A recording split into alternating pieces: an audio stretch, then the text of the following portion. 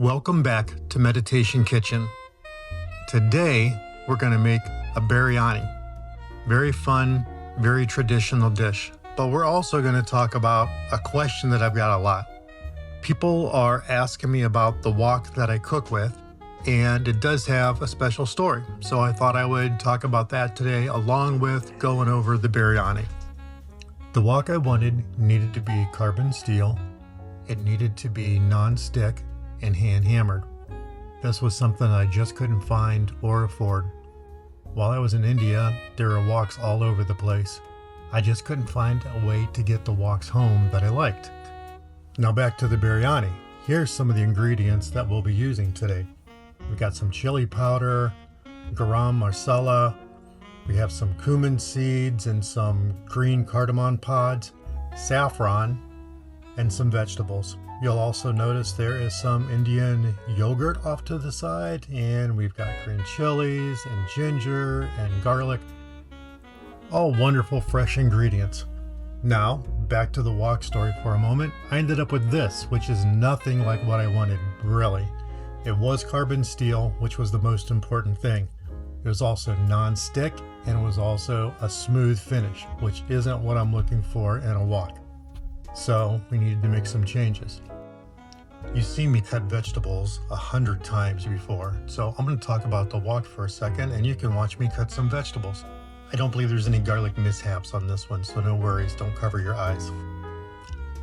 I found the wok on Marketplace. It was $10, so that was affordable. And it would take some labor, which doesn't cost me any money, just time, and I like doing it. After picking up the wok, basically what we had to do was get an angle grinder with a wire wheel attachment and just basically grind all the non-stick off of the wok.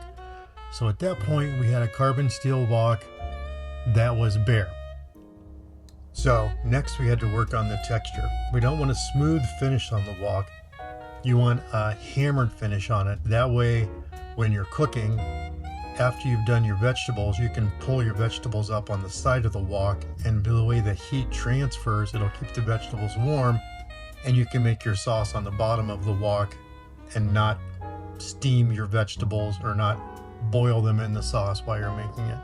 So what I had to do was grab a sandbag and put it on the underside of the wok and take a hammer and just start beating it till I got the texture that I wanted. Okay, so back to this biryani dish. We're still cutting vegetables, still getting prep ready. The next thing we're gonna do is make a green chili, garlic, and ginger chutney. So you're just gonna cut your green chilies. It doesn't really matter on the size on this because you're smashed everything together. You're also going to slice your ginger and your garlic. And the mortar that I have is small, so I had to do this little bits at a time.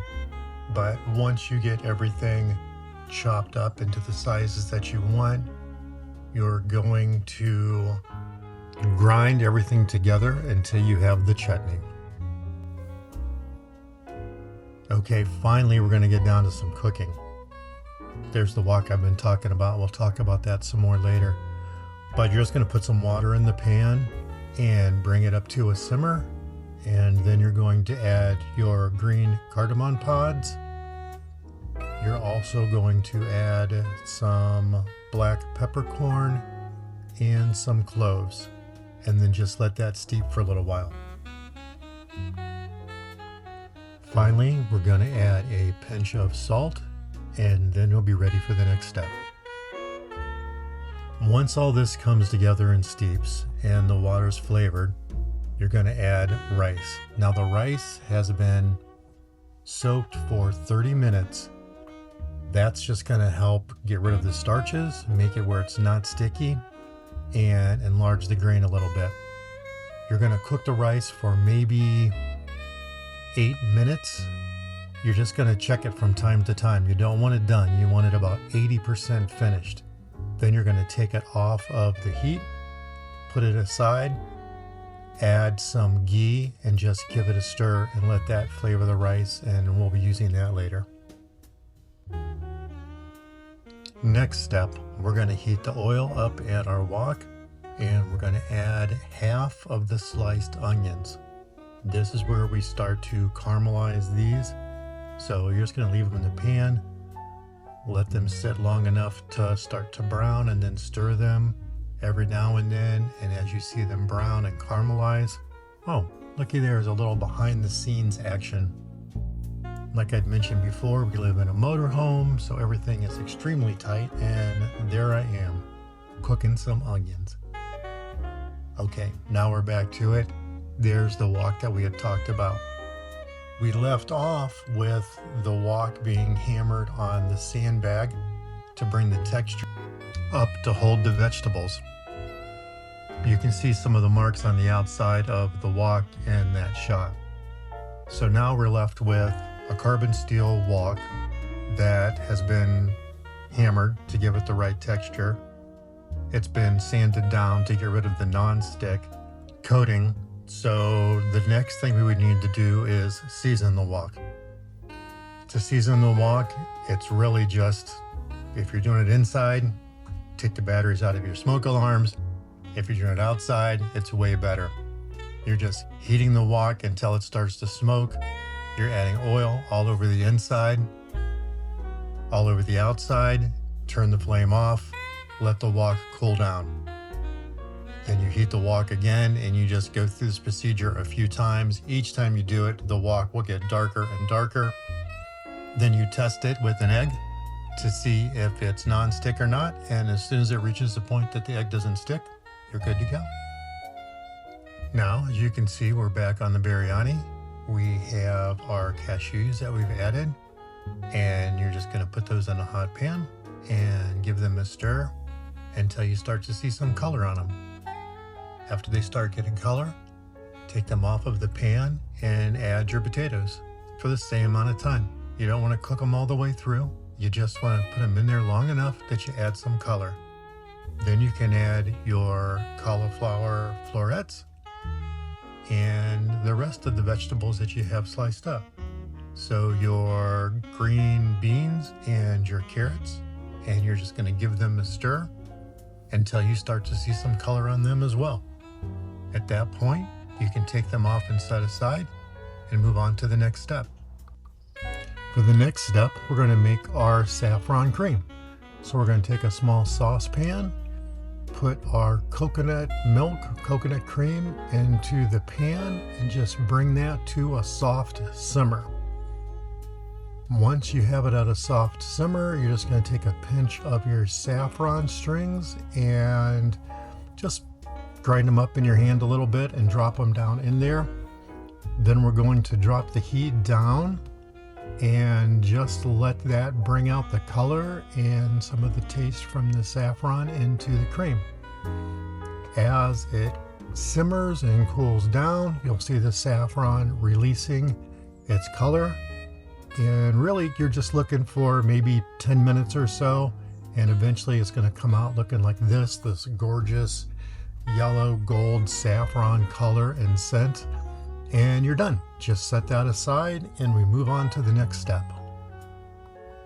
So now we are finally going to start bringing this dish together. You've got your pan back out with some hot oil in it, and now you're going to start adding some other ingredients. You're going to put your cumin seeds in and let them turn a golden brown, and they'll be popping and crackling and the aromas will start coming out. We're going to add some black peppercorn. We've also added some clove and some fresh bay leaves and a stick of cinnamon. Now you're just going to stir this around, start smelling the aroma of that, get everything toasty, and then it's time to add that chutney you made earlier. So you're going to add this into there, and you're going to stir that around in the oil along with all the seasonings that you put in, and you're going to do this until you start catching the aroma from this. And you're going to catch an aroma from this with the amount of green pepper that's in there, and then the garlic and the ginger along with the cinnamon and everything else that's in that pan is wonderful. Once you get that all together, you're going to take that Indian yogurt that we had talked about earlier and add that into the pan as well. Then we're going to stir this around. Yeah, there's a little bit of that pepper getting to me, I believe. We're going to stir this around and get everything incorporated. Get all those flavors, all those aromas, everything mixed into that Indian yogurt. Bring it up to temperature. Okay, so now you've got it up to temperature. You've got everything mixed together. You're all ready to go for the next step. Oh, look at that, just smiling away. Okay, once this simmers for a minute, you'll know you're ready for the next step when you start to see the oil bubble up through on top of your yogurt. Now is when you're going to start adding all the vegetables that you put in. Add all the vegetables that you browned earlier into the yogurt mix. Now, as I started to stir this was the moment that he realized he had messed up. Yes, I never sauteed or caramelized the other half of the onions early on when I was browning all these vegetables. So I had to stop, set everything aside, get out an additional pan, put in the remainder of the red onion that I had that I did not caramelize, and then I also threw some curry leaves in there because they were in the refrigerator and they were fresh and I love the smell. They're not normally in the dish, but who cares, right? So then back to this. Now you can see that the curry leaves and the caramelized onions are mixed in with the vegetables as they should have been. Once you get all that incorporated and brought to temperature, we are going to add our garam masala, and we're also going to add our Kashmiri chili.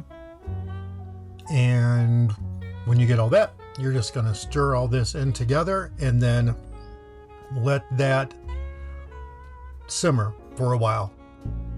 You're going to want to incorporate all of the spices into the dish. So at this point, I would just put this on low and I put a lid on it for a little bit and then take it back off. And again, when you see that oil coming up through, you know everything is ready. You're going to set that aside. Then you're going to put some ghee in your pan. After you put the ghee in the pan, you're going to put one layer of rice. After you get, and we're going to do a couple layers here, so you're going to use about half of your rice for this layer. You're going to take that, spread it out so it's kind of an even layer on the bottom of your pan. A wok is not the ideal pan to do this in. It should be like a thicker based pan more than likely, but that's not what I have. So the wok will be fine. So you're going to get your rice in there, as I said, on a single layer, about the same thickness everywhere through. And then next you're going to want to add your caramelized onions. And then on top of the caramelized onions, you're going to add your roasted cashews. Just a layer across the top. About half of the cashews that you have roasted will be fine. On top of the cashews, you're going to add your roasted vegetables and spices. I also added some paneer in here, which isn't normally in the recipe, but being a vegetarian, we wanted to add a little bit of protein to this dish also, so the paneer will help us out with that. After you get that layer of vegetables on, which again is going to be about half of your vegetables, you're just going to even that out across the top of the rice and the onions and the cashews. Then you're going to add your fresh chopped cilantro, and then on top of that you're going to pour about half of the saffron cream that you had made. Just sprinkle it on the top of everything, and then we're going to start everything all over again. I kind of sped this up. I don't think I need to talk it all through. It's just the same thing repeated.